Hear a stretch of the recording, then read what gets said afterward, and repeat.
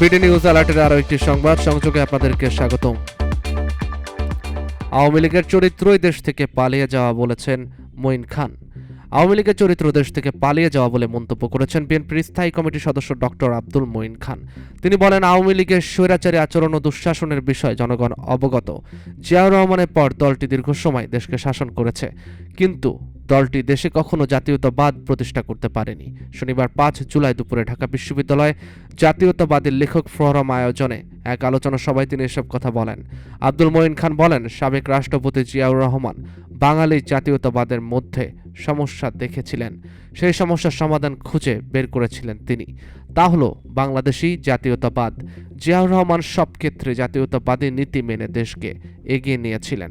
তিনি আরও বলেন, জিয়াউর রহমান দেশ থেকে একদলীয় স্বৈরতন্ত্রকে উৎখাত করে বহুদলীয় গণতন্ত্র প্রবর্তন করেছেন।